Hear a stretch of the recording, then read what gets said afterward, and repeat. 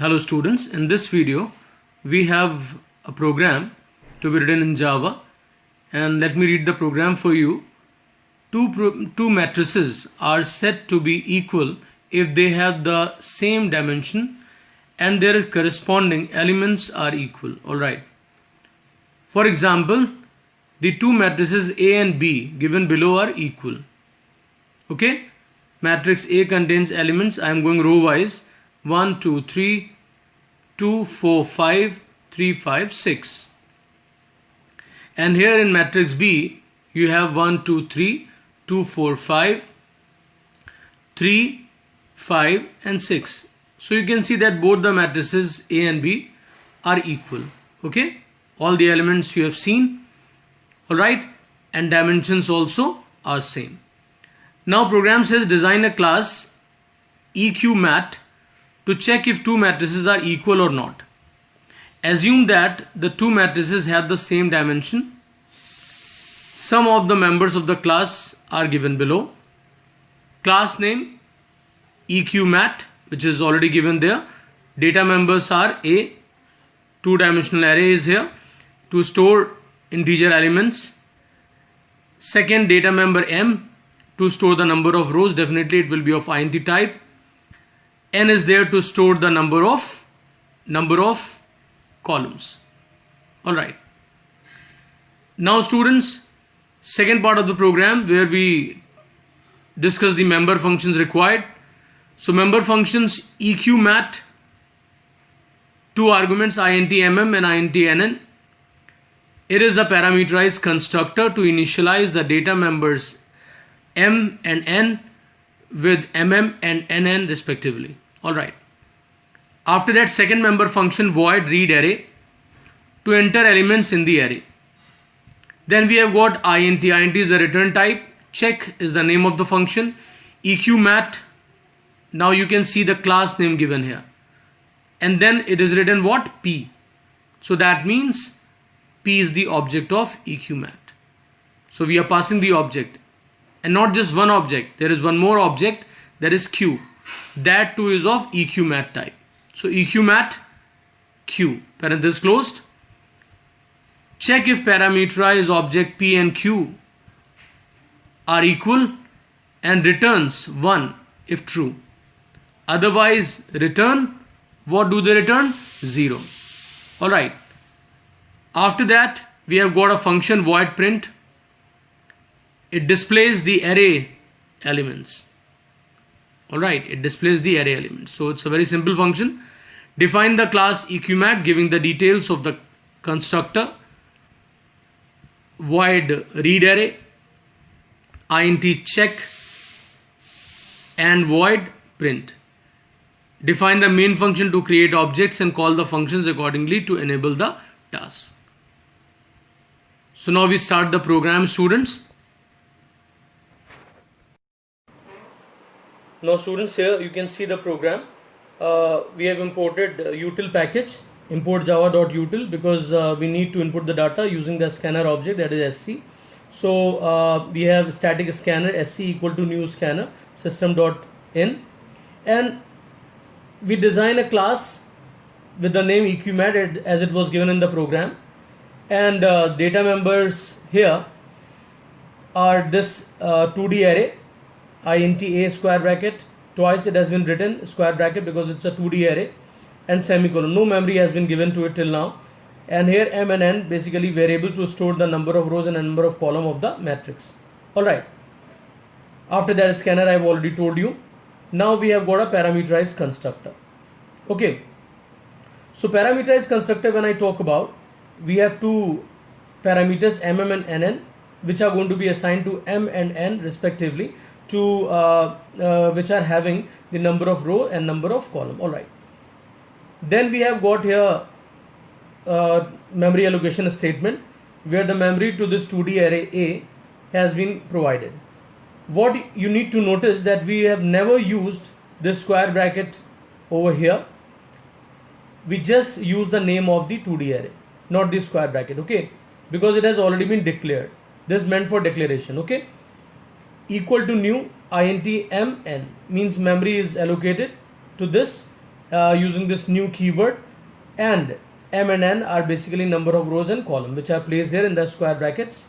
All right, int is there because it's a type of the 2D array. Okay, that's the data type. Now this much memory will be allocated. So after that, void read array, it's a plain input function where you have to give a message, enter m asterisk n elements. Means m asterisk n means if 2 by 3 matrix is there, so it will be printing 6 elements, because yes, we have to enter 6 elements. Now outer loop is there, which will work from 0 to less than m. This for the row index. You can see every time I input the data, so I has been used over there as a row index, and column index is j. So j is here.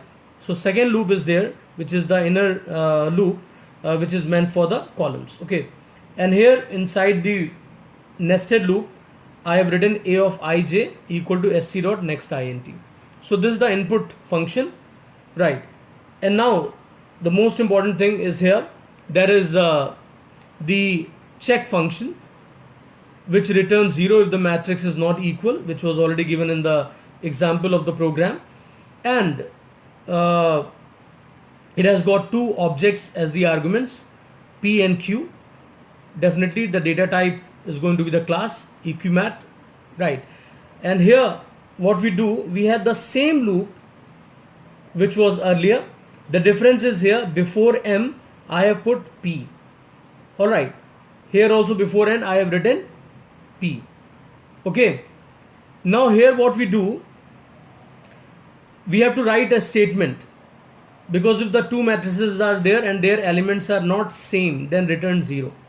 Means if you have got, suppose, this matrix, all right,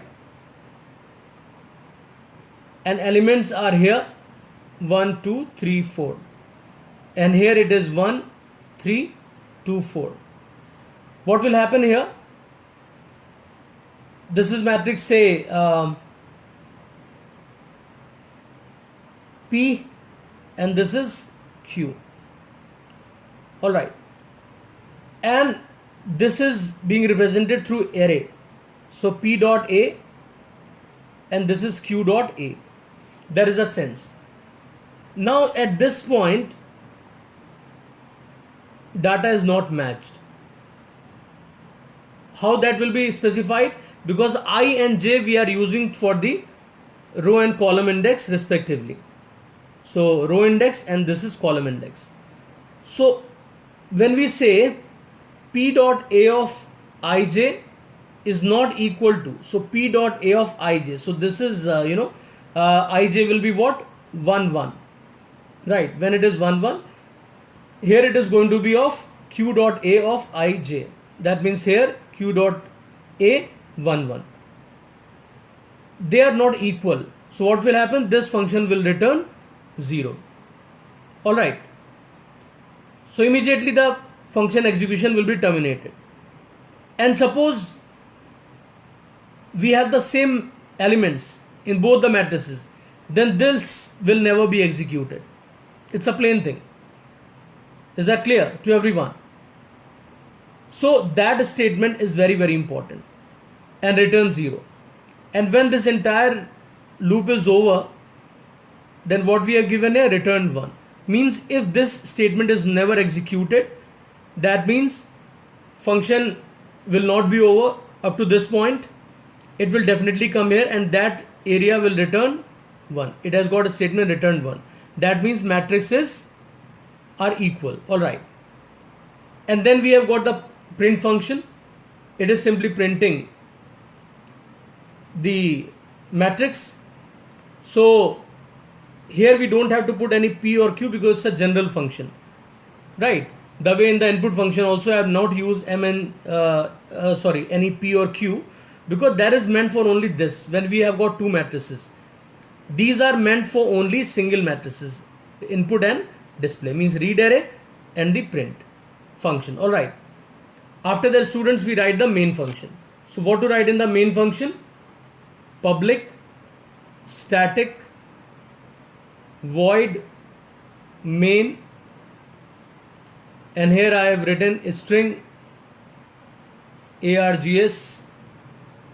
Okay, and after that I have to create an object. So equimat is there. We need two matrices. So equimat, suppose obj1 and obj2. They are objects, so we will allocate memory here. Equimat, here suppose I have given the data 5 by 5 equal to new equimat 5, 5, and here I will read the data for matrices. So obj1 dot read array. All right, then I write here obj2, after semicolon I have written, so there is no problem, dot read array. Okay, so this is there to input the data. All right, after inputting the data for the two matrices, then I have to just write if ob1 dot check obj1 dot check obj1 comma obj what 2 objects we have passed here is equal to 1. All right, is equal to 1. So I have closed this parenthesis if over here. Then students, what do we need to do? We need to print that this is equal matrix. So we write system dot out dot print ln, and we write equal matrix. All right, and we closed it. What if is over, right? Simple. And then we can simply print obj1 dot print semicolon obj2 dot print semicolon, and now we close the function main, and then we close the class. So I hope everybody has the clear idea of this program. This program is very important because it is giving us the idea of the matrix, how to work with the matrices, right, and how to pass the object through a function, and more than one objects are there, two objects in fact. So and the return function is returning integer value. So all these concepts are there in one program. All right, so please practice it hard. It will give you a very, very good understanding of all these concepts. All right, thanks everyone.